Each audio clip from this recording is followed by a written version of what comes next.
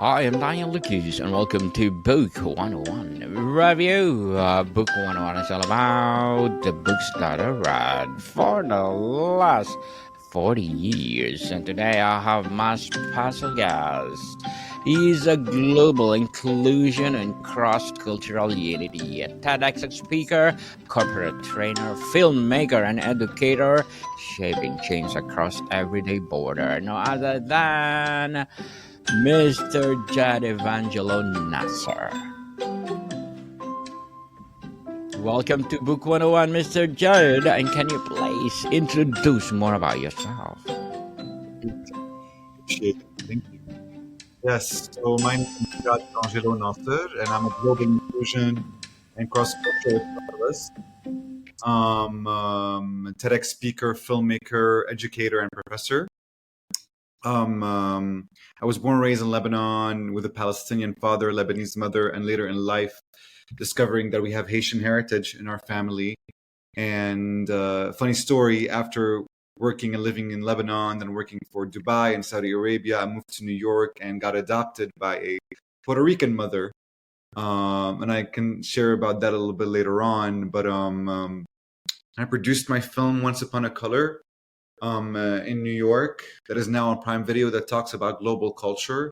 And having worked around the world, mostly in multicultural marketing and in advertising, then going into DEI and language localization and education, I found myself in the expertise of being a global inclusion specialist, which means I consult with organizations and institutions on how to have cross-cultural strategies in their organizational development, their hiring practices, their DEI strategies.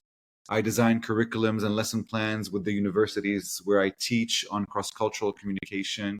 And I travel the world and learn about different cultures and how cultures think, whether here in the US, in immigrant communities, or with people who come from different backgrounds, or whenever I travel. And I share those stories on multiple platforms, hence my TED Talk on cultural curiosity. Having speaking 5 languages and having this global mindset, it's a way of thinking, it's a way of life, it's a mindset, it's a lifestyle, and it's a passion of mine. So every day is a day of global inclusion for me. People think that I work every single moment. I don't. I just exist. So for me, it's a way of existing. It's not really a job or a career. It's just existing in the world as a globalist. Existing indeed, Mr. Jad-Evangelo Nasser. Thank you so much for sharing your knowledge and wisdom to the world. And let's talk about a global citizenship, how travel shapes cultural identity and build cross-border empathy. How do you define a global citizen in today's world, and how does this differ from simply being a frequent traveler or hmm having a passport? Yeah, absolutely. Great question, because I talk about that in my TED Talk. And there is a difference between, being a globalist or a global citizen and then being a global traveler or a global tourist. I actually put them in 3 categories. And people can be all 3 or one or each. Some people just travel for tourism. They go to 100 countries around the world, go to all the touristic places, come back, yet still speak one language, don't engage in dismantling, white supremacy or anti-blackness, or learn about cultures and understand colonial history. That's simply a tourist, someone who tours the world to just be exposed, have fun, leisure, and come back. Then you have a global traveler, someone who enjoys the experience of traveling, who likes to go to different communities, who likes to be around the world, who likes to pay as a hobby to go on an airplane or on a boat and travel and experience things from food and everything. It's the experience of traveling itself that they enjoy, right? That is a global traveler. Now, a global traveler does not necessarily feel the need to learn another language or learn how to cook new food or decenter themselves from the experience and allow the foreigners that they meet to take, center stage in their stories. Global travelers still like to be the center of the story. And that's a great thing. There's nothing wrong with that at all. Like there's a lot of global travelers, but still no intention in diving maybe deep sometimes. A global citizen, in my honest perspective, or a globalist, is a mindset. You don't need to travel to become a global citizen. It's about how do I immerse myself with the multiple communities around me while understanding my positionality and their positionality. How do I understand me, for example, as a fair-skinned person or as a ethnically mixed person myself? When I travel the world, how I am treated and mistreated in different countries, as opposed to, for example, a dark-skinned person who travels to these countries and how they're treated. That's a global citizen, understanding the inequities of how people exist in different environments. When we go to other countries, we try to not be the center of the story, but allow the foreigners, not the foreigners, or allow the locals actually to be the center of the story and learn from them and understand how they operate and adapt to their mindset and then invite them into our world, right? And have an exchange and then create a sense of powerful connections with each other. You can do that by living in Atlanta and New York and Chicago and South Carolina, in France, in Luxembourg, in Lebanon, in Syria, around you, by just literally exploring the different ethnicities around you, different races, and different countries of origin, immigrants who live there. Or you can do it while traveling as well.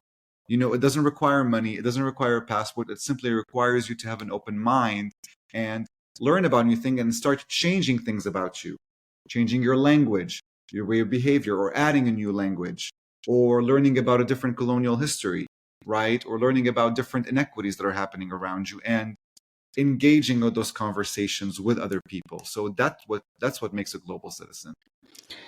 Mr. Jad, how does immersive travel foster a deeper sense of global citizenship compared to a short-term tourism? Mm-hmm. Yeah. Well, it's about the intention. If you're traveling somewhere, whether it's 2 days or 1 week, what is your intention while there, right? Some people travel for 1 week, stay at a resort in Dominican Republic, for example, and don't leave that resort. They have everything they want. Is that really immersive? While other people, such as myself, go to 3 days to that same country, for example.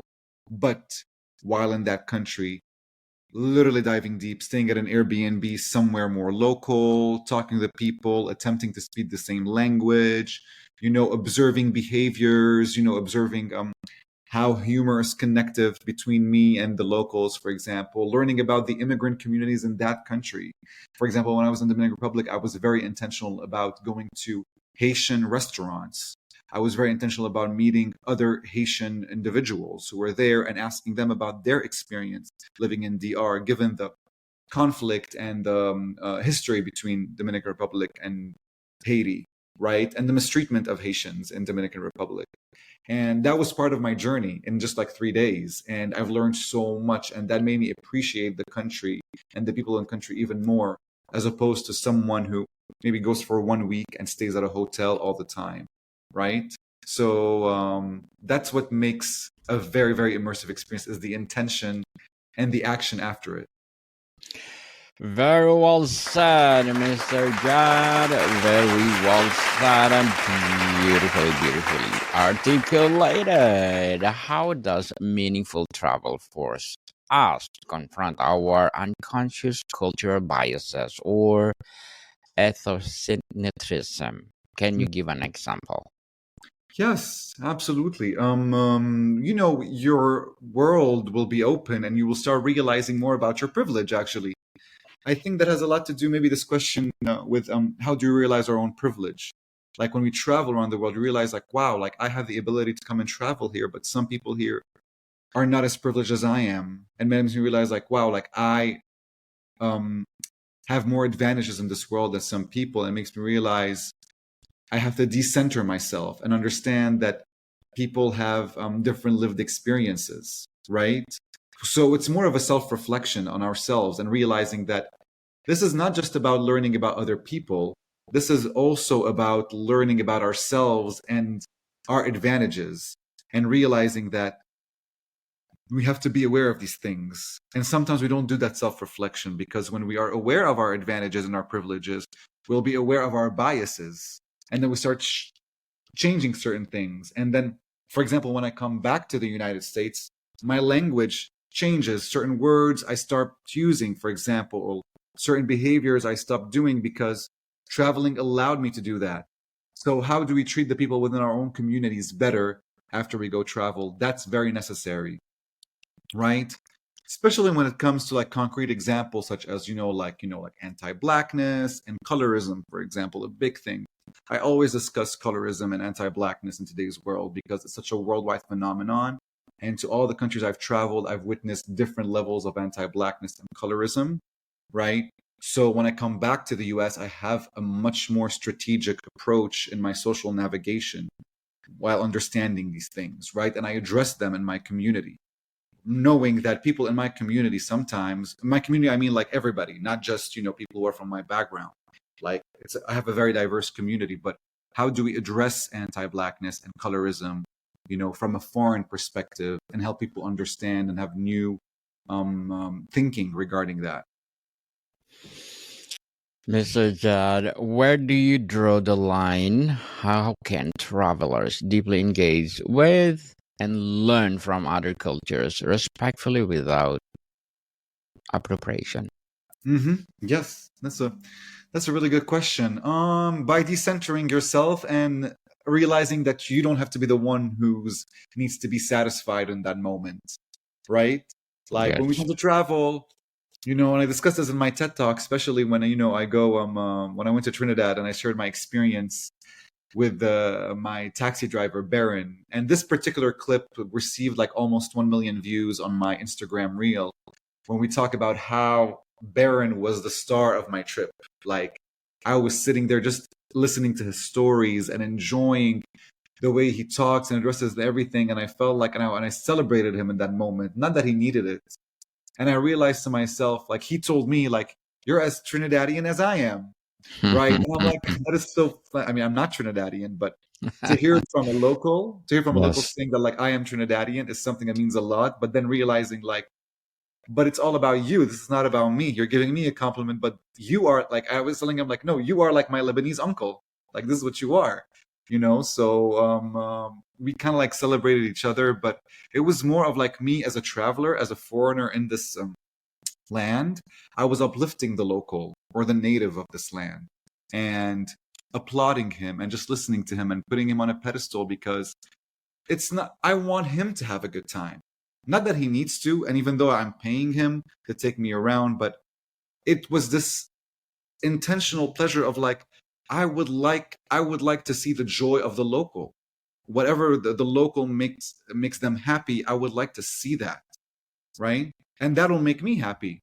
And I don't want to come off as a way of like saviorism or anything like that. I'm not trying to save anybody, but I want to see the joy in other people. And I think that's very important when it comes to going against appropriation, is when we want to see the joy in other people, when we want to see other people being celebrated rather than us being celebrated, right? Because sometimes during travel, the locals welcome us and they make us wear their traditional attires. You see it in Ghana and Accra, for example, or in Nigeria, or even sometimes in Turkey. Like they give you their attire and their clothes and wear them, and they want to take pictures of you, and you feel so empowered that you're wearing the traditional clothing of the locals. Is that appropriation? Not really necessarily in that moment, but for me, I'm like, thank you for letting me wear this, but I'm here for you. Like I want to know more about you. I want to learn about you and everything. Like, don't worry about me having a good time. I will have a good time just by observing your everyday life, and I just want to exist in your world. So I think that's a good way of approaching it. Mr. Jad, as a global inclusion TEDx speaker, corporate trainer, as well as filmmaker and educator, what are your short-term and long-term goals? My goals, you said? Yes, please. I intend honestly to, after producing a film, having a TED talk, and then designing creating classes for universities. I believe, like now short term, it's very important for me to share those stories more on different platforms, on panels, on talks, on workshops, um, as a contributing author in books. These are short term things, being on shows or TV shows as a guest and speaking about these things. So spreading the word is very important to me right now. in terms of long term, hopefully to create, maybe a series at some point, or a show around cross-cultural unity, like a reality show on how artists from different backgrounds come together to create art together from different cultures, and having a set of judges, including myself, judging the work. And like, is this work appropriate? Is this work impactful? Is it respecting the cultures? Right? So really, I really want to do a show where we bring, different artists from different backgrounds as they bridge their cultural elements together, and how do we mentor them to amplify those stories,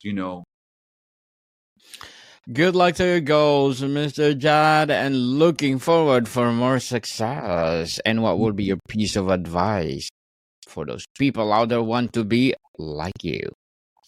To have an open mind, to decenter yourself, to realize that the joy in the people you meet is very, very much important, more than yours sometimes. So be open to that, and have uncomfortable conversations, especially around colonialism, anti-blackness, Holocaust, genocides, wars, oppression, like those very tough conversations that we tend to avoid. Have them, talk about them. They need to be talked about. And yeah, just, be on your way, on the verge of becoming a global citizen. Yes, indeed. And thank you for your advice, Mr. Jad. And can you please recommend a book that influenced your journey? Yes, absolutely. So there's this book I've been recently reading. I'm like halfway through. It's called How the World Thinks by Julian Baggini. Baggini, I think, is how you pronounce his last name. And it's a philosophy kind of book. So it talks about the philosophies of different cultures around the world and how different cultures operate, specifically major traditions in India, China, Japan, Islamic focused communities and African communities, and how these communities operate from a thinking and foundational principle thinking as opposed to Western thinking, right? So Julian talks about how we should like embody those traditional values in comparison to how we grew up in the West and thinking how the West has the ideal value of standards. So I think How the World Thinks would be a great, good, easy read, for a lot of people. Please, read it, take a look at it. You don't have to also like read it like chronologically. You could read it in parts. It's very categorical. My favorite was definitely, like the African traditionalism and talking about Ubuntu, which I really appreciate and resonate with. So yeah. Thank you for that recommendation, Mr. Jad. And how does a population with a strong global citizenship traits fundamentally change how societies approach issues like climate change, migration, or pandemics? That's very interesting. I think when it comes to climate change, especially after traveling to the Caribbean islands, Yes. and living in the US, like I realized like how much like, of a deep issue it can be today, and like, how colonialism has a lot to do with it, right? There was this example, again, part of being immersive, in Guyana, the president, of Guyana was calling out, I think, a British a politician who was interviewing him and telling him, like, you don't get to educate me about climate change. We know how to preserve our climate. We know how to preserve our lands and everything. It was you, British colonizers, who came in and ruined it for us, right? Indigenous cultures know best about climate. They preserve the land and the earth so well. Colonization has, ruined the climate, and that's why we have climate change issues, because of all these things, right? When we travel, we learn about these things. Going to Caribbean islands, you see it, like from the trees, the sea, the rain, everything, how people talk about it, how people treat the water. Like they're so in tune with their environment. And even when growing up in Lebanon, like we're very much in tune with, the trees and the fruits that we take and everything. We know our way around the land. You come to the US, everything is manufactured, even the fruits and the vegetables. And people are used to that, and they think this is the way of living. It's not. The American diet is a whole lie. I mean, it's not good for you, to be honest. But when you travel outside of the world, you realize that we look at the environment and nature in a different way. So it's not just about learning the people, it's about learning the land, right? So it's very Yes. important to have that. How can individuals maintain and nurture their global citizenship mindset and empathy in the face of nationalist or daily routines back home? Well, I say be strategic about it because you also, in fascist societies, a lot of things don't have as much liberties. So be strategic about who you talk to, where you talk to. Be in community with people who understand your globalism. It's very important. Have conversations with people around you and connect with those friendships, and be strategic about who you choose as friends and who you do not. I think it's very, very important. Definitely. And Mr. Jad, before we wrap up our discussion for today, I'm inviting you to please do listen to my other podcast, people. My other podcast, because my abstract essay is already in fifth season, abstract poetry in second season, and my book 101 review in fifth season too. Comedy 101 in second season, and my food 101 in fifth season as well. Geography 101 in fourth season, and my baby podcast, Law 101 and Mental Health 101. Love Letters in third season, and Movie 101 review and Music 101 in its fourth season, and Science 101 and Sex 101 in its first season. Please listen to them wherever you listen your podcast. And Mr. Jad, if you could instill one essential skill or perspective related to global citizenship in every traveler before they depart, what would it be and why? Hmm. Honestly, humor. Be funny. Enjoy. Like laugh with the people that you meet. I think it's a great way. It's a great cross-cultural connective point. Embody humor everywhere you go. It's very necessary. Yes. Laughter is the best medicine, people everywhere in the world. And can you be my guest on Movie 101 review, and let's talk about the film or movie that you did, Mr. Jad? Oh yes, Once Upon a Color on Prime Video, available on Prime Video. If you look up Once Upon a Color by Jad-Evangelo Nasser, it's available on Amazon Prime Video. It's a 13-minute short musical documentary. You can check it out. Yes. Yes, people. Mr. Jad-Evangelo Nasser, thank you so much for sharing your knowledge and wisdom to the world. So, can you please invite our listeners to support your advocacy or any projects that you're doing right now? Absolutely. Thank you, Daniel. Please watch my TED Talk. I think you'll enjoy it. Curiosity on YouTube and watch the film. And please reach out to me on Jad-Evangelo.com if you want to collaborate, have more conversations. And, we run workshops on how to be a global citizen. I welcome that. Yes, people, let's support Mr. Jad-Evangelo Nasser, because if you support him, more and more and more empowering films to come, for sure. More and more empowering advocacy to come. So, Mr. Jad, thank you so much for your time. Thank you, Daniel. Have a good one.